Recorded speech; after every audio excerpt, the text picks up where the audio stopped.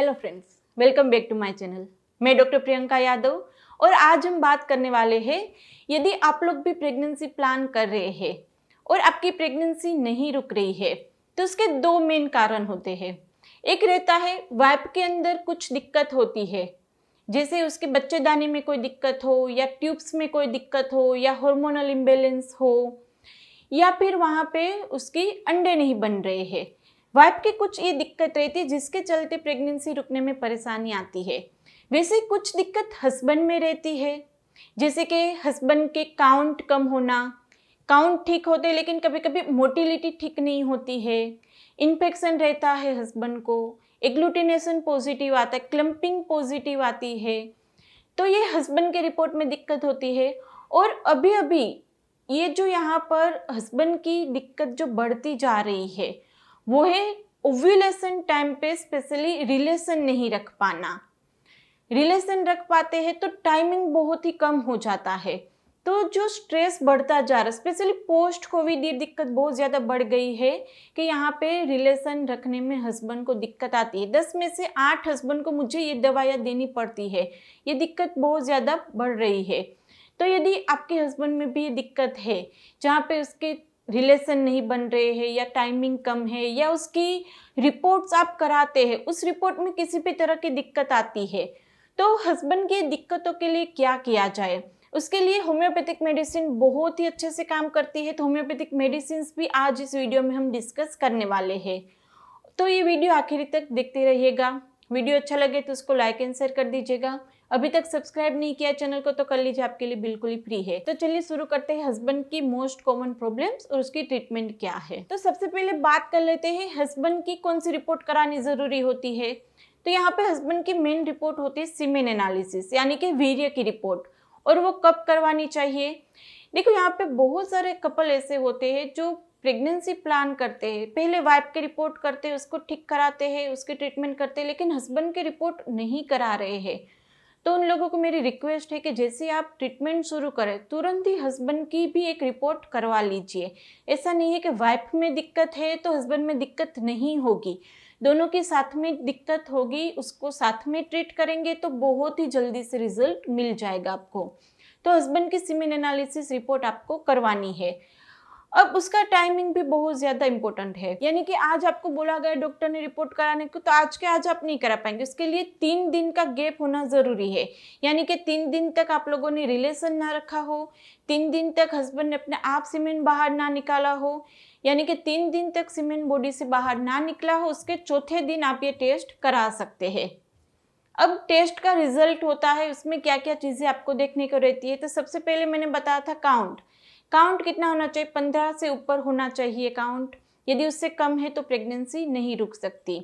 दूसरा फैक्टर देखा जाता है मोटिलिटी में मेन मोटिलिटी होती है प्रोग्रेसिव मोटिलिटी। आप अपना रिपोर्ट देखेंगे उसमें आपको ये सारे टर्म्स रीड करने को मिल जाएंगे।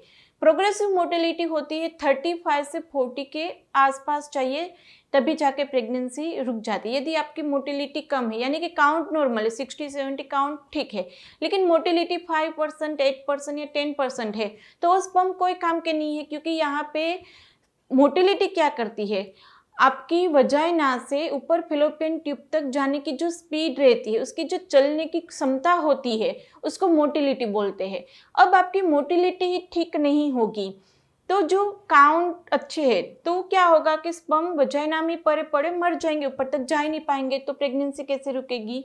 तो मोटिलिटी मेन फैक्टर है, यानी कि 35-40 के आसपास मोटिलिटी चाहिए।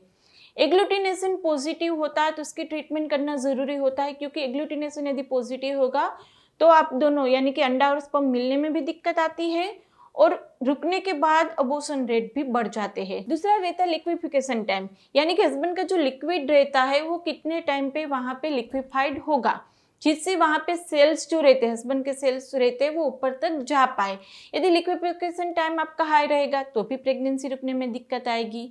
उसी तरह से रहता है एग्रीगेशन, विस्कोसिटी, ये सारी चीज़ें वहाँ पे देखनी पड़ती। यदि आपके हस्बैंड के रिपोर्ट में किसी भी एक भी चीज़ में दिक्कत है तो भी आपकी प्रेगनेंसी रुकने में दिक्कत आ सकती है। और इन सब के लिए यानी कि मैंने आगे जितनी भी दिक्कत बताई उन सब के लिए होम्योपैथिक मेडिसिन अवेलेबल है।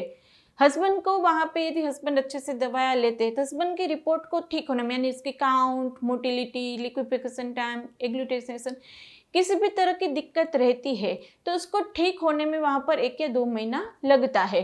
0 काउंट होते हैं तो उसको भी ठीक किया जा सकता है। ऐसा नहीं तो 0 काउंट है तो डोनर स्पर्म लेके आप IVF ही करा लो। 0 काउंट को भी होम्योपैथिक मेडिसिन से ठीक किया जा सकता है। तो होम्योपैथिक मेडिसिन आप ट्राई कीजिए और जल्दी से प्रेगनेंसी आप उसके बाद कंसीव कर सकते हैं।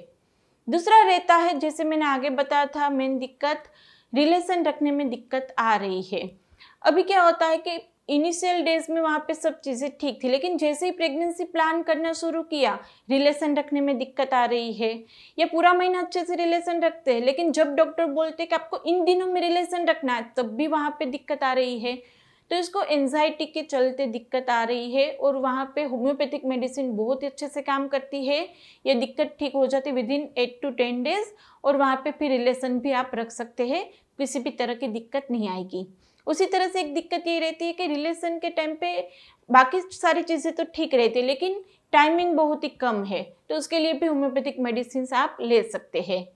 दूसरा एक रहता है इन्फेक्शन। यदि बार बार हस्बैंड को भी इन्फेक्शन रहेगा तो जो मैंने आगे बताया था सेमेन एनालिसिस रिपोर्ट में वो पस सेल भी आ जाएगा, इन्फेक्शन भी डिटेक्ट हो जाएगा। तो इन्फेक्शन रहता है बाहरी भाग में, हस्बैंड के पार्ट के बाहरी भाग में दाने निकल आते हैं, वाइट वाइट, या वहाँ पे ड्राइनेस रह जाती है, क्रैक हो जाती है। तो इससे किसी भी तरह का इन्फेक्शन यदि हस्बैंड को रहता है तो रिलेशन के बाद वो इन्फेक्शन वाइफ को भी रहेगा और प्रेगनेंसी रुकने में दिक्कत आएगी। तो अब बात करते हैं उसकी ट्रीटमेंट के बारे में। ट्रीटमेंट में मैंने बताया होम्योपैथिक मेडिसिन बेस्ट है। तो होम्योपैथिक मेडिसिन कौन कौन सी ले सकते हैं? देखो, मैंने आगे जैसे बताया था कि यदि उसकी काउंट या फिर मोटिलिटी या लिक्विफिकेशन या एग्लूटिनेशन इस तरह से कोई दिक्कत है तो उसकी पर्टिकुलर मेडिसिन आएगी।